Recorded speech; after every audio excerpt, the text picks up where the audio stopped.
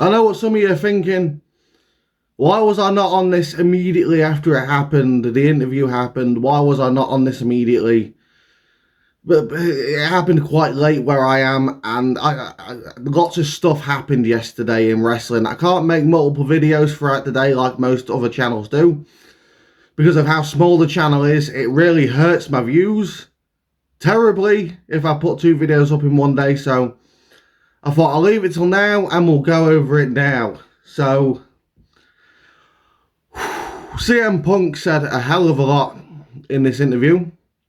He said a lot about Tony Khan. He said a lot about AEW. He said a lot about his return to WWE. He said a lot about visiting Raw that time in May, I think it was. But we're not going to go over absolutely everything because it was a long interview. We're going to go over what CM Punk said specifically about AEW and Tony Khan. And then we're going to get into the post-credit scene for the Bray Wyatt documentary, which I haven't watched. I haven't been able to watch it because it's not available in England and I don't have a VPN. I don't know how to use a fucking VPN, so I ain't bothering. Right? I know what the post-credit scene was. That's enough for me. And a little bit of Raw from last night. So, now, I want you to take this first before someone comes at me saying, no, CM Punk could be lying. That this is all his account and there are 2 sides to every story.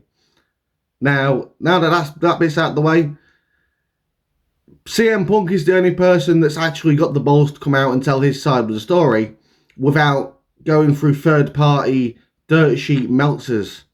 Because we've heard everything from AEW's side, Kenny Omega, the Young Bucks, through Dave Meltzer, Sapp, whoever, right? Tony Khan says his bit by saying he feared for his life in a very scripted promo, very scripted pre-tape, apart from when he came out to see the fans where he got booed out of the building. But CM Punk was asked a lot of stuff from Ariel Helwani. Punk said he didn't want to talk about it, however, he still talked about it because, well, I mean, he knows that people want to know. He knows that people want to know, and we've been wanting to know the ins and outs for some time. Now, he wasn't allowed to comment on the brawl out with the Elite. There is an NDA in place there, which he confirmed, but there is no NDA in place for the Jack Perry situation. So, first off, he said AEW is not a real business, which is what we've been saying, me, you, Cornette, people online, was what we've been saying for a long time now.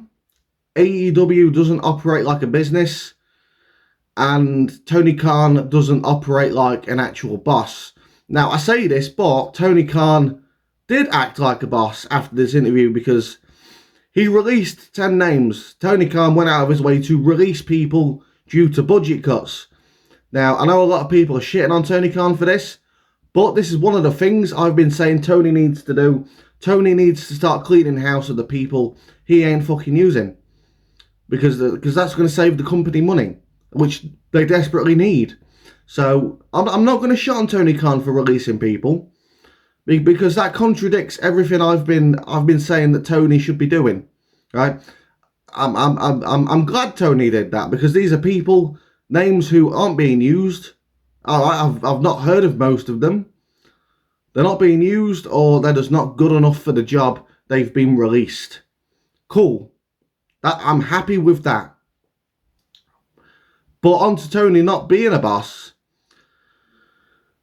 Right, so he asked Tony to deal with the Hangman stuff because there's no NDA in place for that little portion.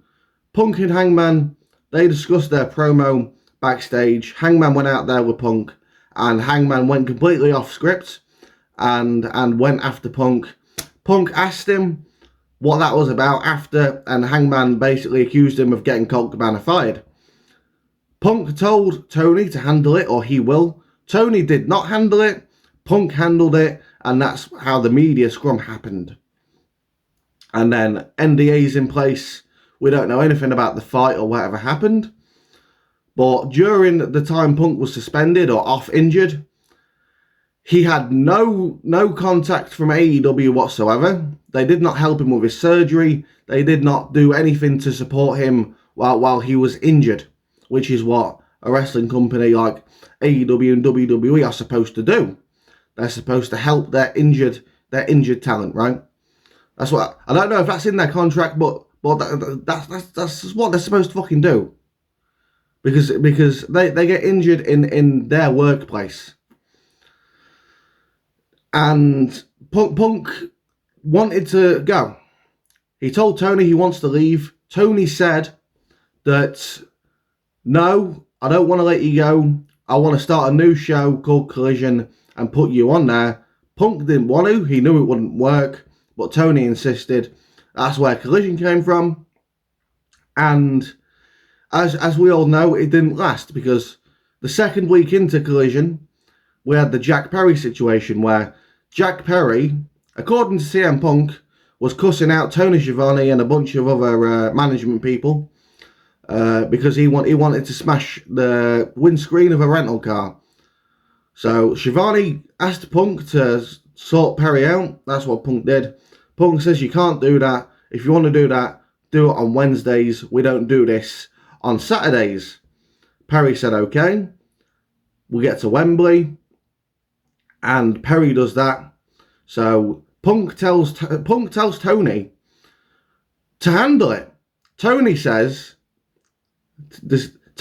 what do you want me to do? Imagine Vince McMahon, right, sat in Gorilla, and a jobber or an undercard guy is calling out The Rock or Stone Cold in a shoot, right? And Stone Cold says, sort this motherfucker out. And Vince says, well, what do you want me to do? Imagine. No, you fire the motherfucker, or just suspend him at least. But Tony didn't do that, and that led to, and I quote Punk saying, just choked him a little. Just choked him a little. Sounded very sadistic when he said it, but that's what happened. And then Punk says to Tony, and this is the gem of the interview, he says, this place is a joke, you're a clown, and I quit. And that's the last time Tony and CM Punk had any conversation, according to CM Punk. Now, Punk is in WWE, he is happy, okay? This is one thing I will give AEW credit for, right? They got CM Punk back into wrestling, because if it wasn't for AEW, CM Punk would not be in WWE right now. So all of this did need to happen, right? Tony needed to be a terrible boss. CM Punk needed to get angry with AEW in order to realise that WWE ain't that bad. It ain't that bad, right? The big bad WWE ain't that bad anymore. It's big, but it ain't that bad. And CM Punk's realised that. CM Punk says the injury that he had in AEW and the injuries he had in WWE is like night and day. Whereas in AEW, no one was talking to him, no one was communicating with him. In WWE, people are asking him, how are you doing? How are you doing? Are you feeling good? And that's what your boss is supposed to do. But Tony Khan is not a boss. Now, my takeaway from this entire interview is everything I've been saying for the last few months. Tony Khan is not fit to run a wrestling company. We all know that. If you've been watching my channel for a while, you know that. Tony Khan is not fit to run a wrestling company. He's not fit to be a boss. He's a fan. He's a fan of indie wrestling, and he wants to put that indie wrestling on mainstream TV. That isn't working. And Punk said that in the interview. That doesn't work. The best way to wrestle on TV, I wouldn't say WWE style, but somewhere around there, sell. You need to sell and not do as many moves. That is how you get over. That's how you get your opponent over. That's how wrestling works. But AEW, they don't do that and nobody gets over. Nobody. People say Swerve's over. Check the ratings. The ratings say different. But that's my takeaway from this entire interview. CM Punk buried Tony Khan. CM Punk buried AEW. And he even said that he has friends there, but he's not going to say who they are, so they don't get punished for being friends with him.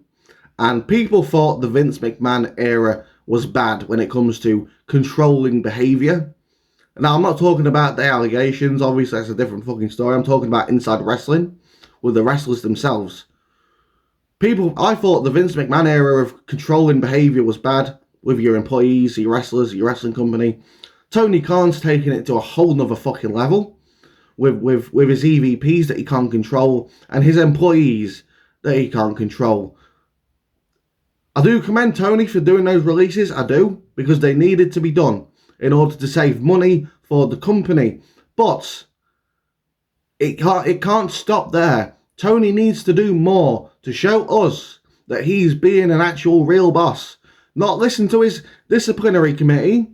He needs to make decisions for himself. And that's my takeaway from that CM Punk interview. And we spent 11 minutes on that bastard. Jesus. Right. The Bray Wyatt becoming immortal cutscene. Now, again, I haven't watched it because I can't. WWE are bastards, right? And I don't know how VPNs work. I'm young, but I'm very old-minded. I don't fucking know, right? We got a cutscene, a post-credit scene. And if you haven't been spoiled, then click off now. But we got a lantern, Bray's lantern. It zooms out, it pulls out, and we get Uncle Howdy. Now, it isn't blatantly Uncle Howdy, but it is. It's Uncle Howdy's silhouette, right? It's Uncle Howdy because Bo Dallas was saying beforehand that he wants to carry on Bray's legacy. So, Uncle Howdy is coming back, which is something I'm happy about. I want to see what Bo Dallas can do as Uncle Howdy. No, not necessarily as Uncle Howdy. Maybe he can be Bo Dallas again. Or a new name, which isn't so corny, if you know what I mean. Like, Uncle Howdy worked with the Bray character, but now that Bray's not there, Uncle Howdy, should he just be Bo Dallas? I don't know, but he's going to carry on the dark stuff that Bray does, which I like. So I'm happy that's happening. And Raw, they pulled out a good show for Raw. Not as good as last week, but they had that brawl. That's all I wanted, right? I wanted a brawl, and they had it. Now, it's not good that Cody and Seth were later being whipped like bitches, but they gave me the brawl. I wanted a brawl between everyone. I got one, so I'm happy with that. I'm now excited to see what happens at WrestleMania, even though Seth and Cody have been treated like absolute bitches for quite some time now. Cody is going to win, but is all this treating him like a bitch going to backfire? We'll find out. We'll find out at WrestleMania. We'll find out at the Raw after Mania. But Cody's definitely winning. We're going to get Bloodline rules. And yeah, WrestleMania is going to be fun. So let me know what you thought in the comments below. The super thanks option is available. If you want to use that, go ahead. I'm not going to stop you. I'm not going to force you either. Like, subscribe if you're new. Thanks for watching, and I'll see you soon.